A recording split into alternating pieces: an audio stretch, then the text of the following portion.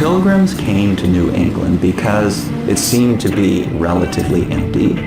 They could do whatever they wanted, no one would bother them. America represented a fresh page, and especially a clean slate. They just wanted to get out of England. They came for freedom to create a godly city, a place where you could live a pure life, a perfect life under God's rules. If the Pilgrims had known what they were in for, they almost certainly wouldn't have done it.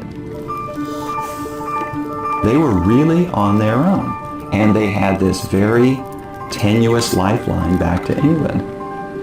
It was an incredibly inhospitable environment in terms of climate. New England, of course, had very cold weather in the winter, and so it was very, very difficult for the settlers early on. And that first year was devastating for them. They were dying of starvation, they were dying of disease. One of the things the Pilgrims discovered relatively early on was how little they knew about how to farm. What to farm, what kind of crops would grow well. They discovered that the Indians were farmers too.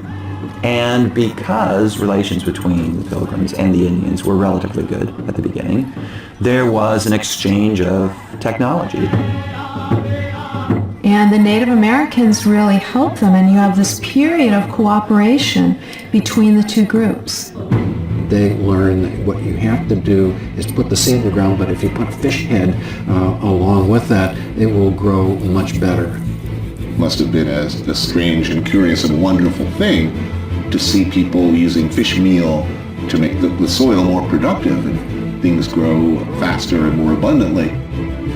It is not just a one-way trade. There will also be the other way of new European crops coming into the New World. But if it weren't for the Native American communities, the Pilgrims would have been wiped out. The success of the Pilgrims and their descendants was beyond their imagination. And the country that emerged from this is one of the most successful in world history. So it's not at all surprising that Americans have this belief that America is exceptional.